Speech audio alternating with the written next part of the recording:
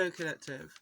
Well, I saw a post on Instagram today and it made me think about the lightness of your soul, because the post is about when you pass away, it's not the light that it's an illusion, it's the tunnel.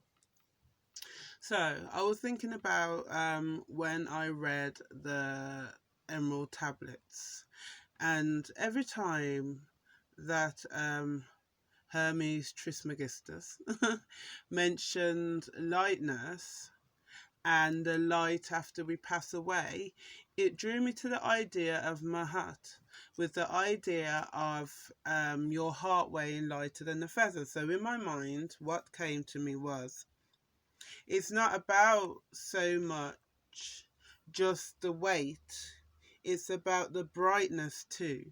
Because I feel like if you have become your own light, you've stepped into your own light, you are then able to use your light to guide you through the tunnel that will not appear if you haven't lit up. Bear with me. So, people say about going into the false light. Avoid the false light when you pass away, because that's the reincarnation trap and will send you back here with your stripped of your consciousness that you developed in the lifetime you've just left, so that when you come back through the tunnel again, which some people say the tunnel is being reborn, a bit trippy, but that's, I always say what some people say in my videos, but I like to give different ideas. When you come back, you'll have forgotten what you learned. So most of your life then is spent trying to remember what you learned before, and then remember what you've got to learn that you didn't learn properly last time, so that your soul can progress. So if you're able to be your own light and be in your own light, you will be able to light up the right direction to go in, which will lead you to retaining your consciousness. So then if you come back, if you decide to come back, you will come back with a higher knowledge and a higher understanding. I've heard this described as the Messiah program. So some people you may have heard of or come across in life who have this Messiah way about them. They have an understanding of life, understanding of the esoteric nature of life, the metaphysical, really deep knowledge. Some of the masters who we've got now, who have got deep knowledge, it blows your mind when you listen to it. They clearly have retained some knowledge, retained some understanding to be able to explain it in such a deep way. So basically, your light, if you can get into your own light in this lifetime, if you can not project out and take the light you see as light, but find your light and be your light and raise into your light, then when you pass away, your light will light your way. That's where we can start to fit this, I feel, with the weighing your heart against the feather of Mahat, because it's lightness of light and lightness of weight.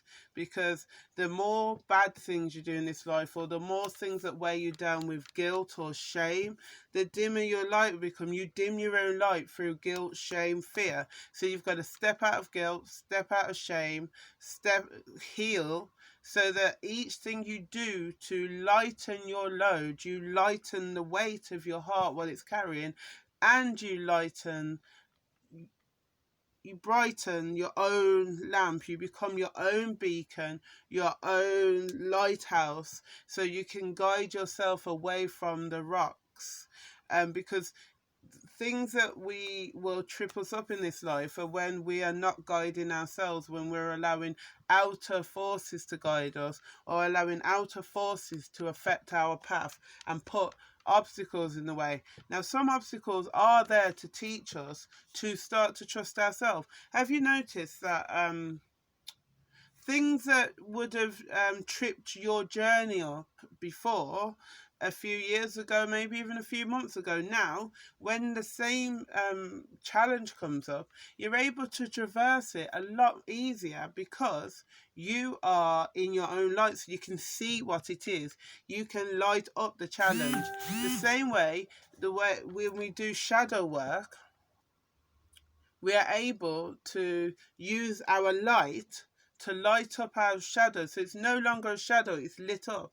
And whatever remains a shadow, we can light that up so it's no longer a shadow. It's a accepted part of us that we can integrate or transmute. So you can use basically like alchemy on what you would consider your own shadow. But your shadow, what is in your shadow, there might be things you can utilize anyway. So light it up, like going in an old attic and seeing if there's anything of use in there. Light up your shadow. Is there something that you can utilize? Like, that's how you integrate it. Is there something that's in your shadow that you think is a problem? Like, you might think, I need to hide the fact that I'm competitive because people don't like it, so you hide it in your shadow. But maybe that competitiveness can be used in this race to save humanity at the moment.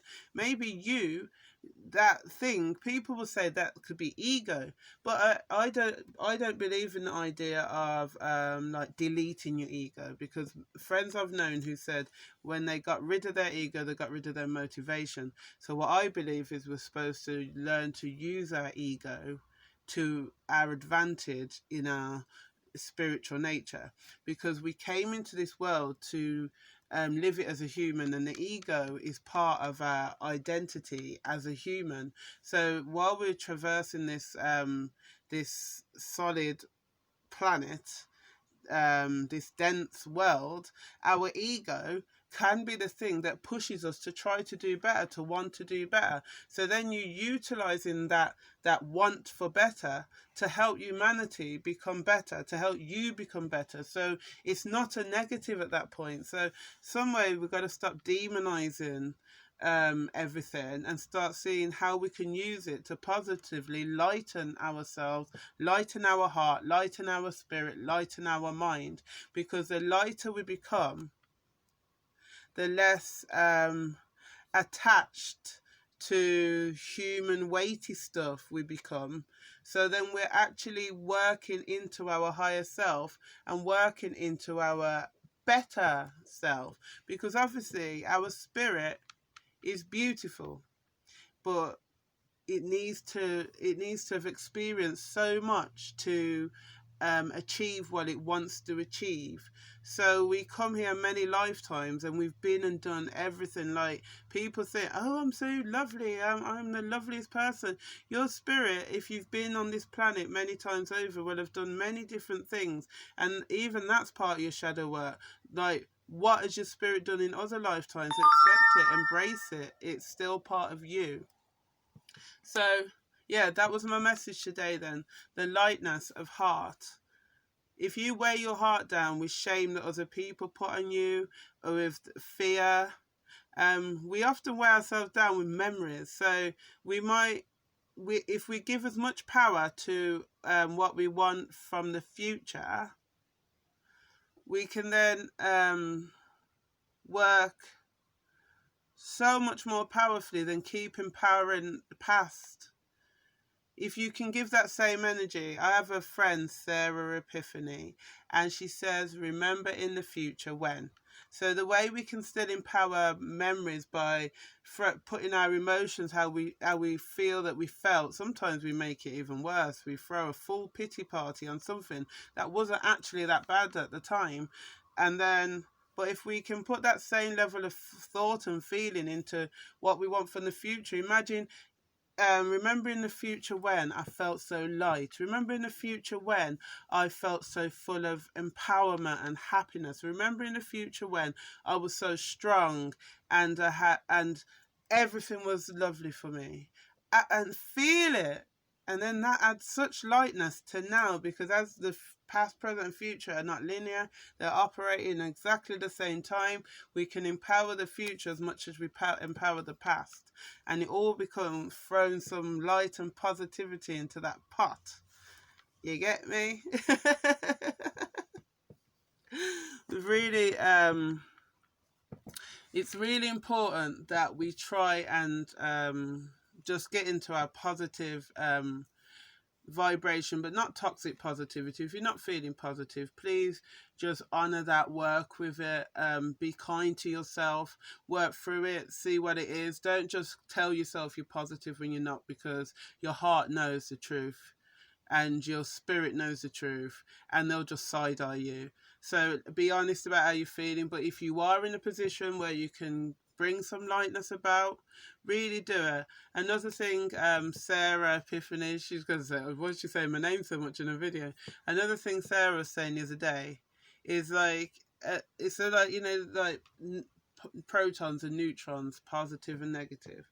Now there's so much out there right now that is negative. So if we go out there not positively charged, it's easy to you know, attract the same to the same. So you attract more to you. And she was saying there's a lot less positive out there at the moment, because we have to sometimes go out and interact. Even in a lockdown, we have to go out there sometimes. Well, some of us do. So if you go out as positive and as high vibrational as you can, the small amount of high vibrations out there will attract to you, and the negative will be repelled from you. Like a magnet, when you turn it the different ways, repel, attract.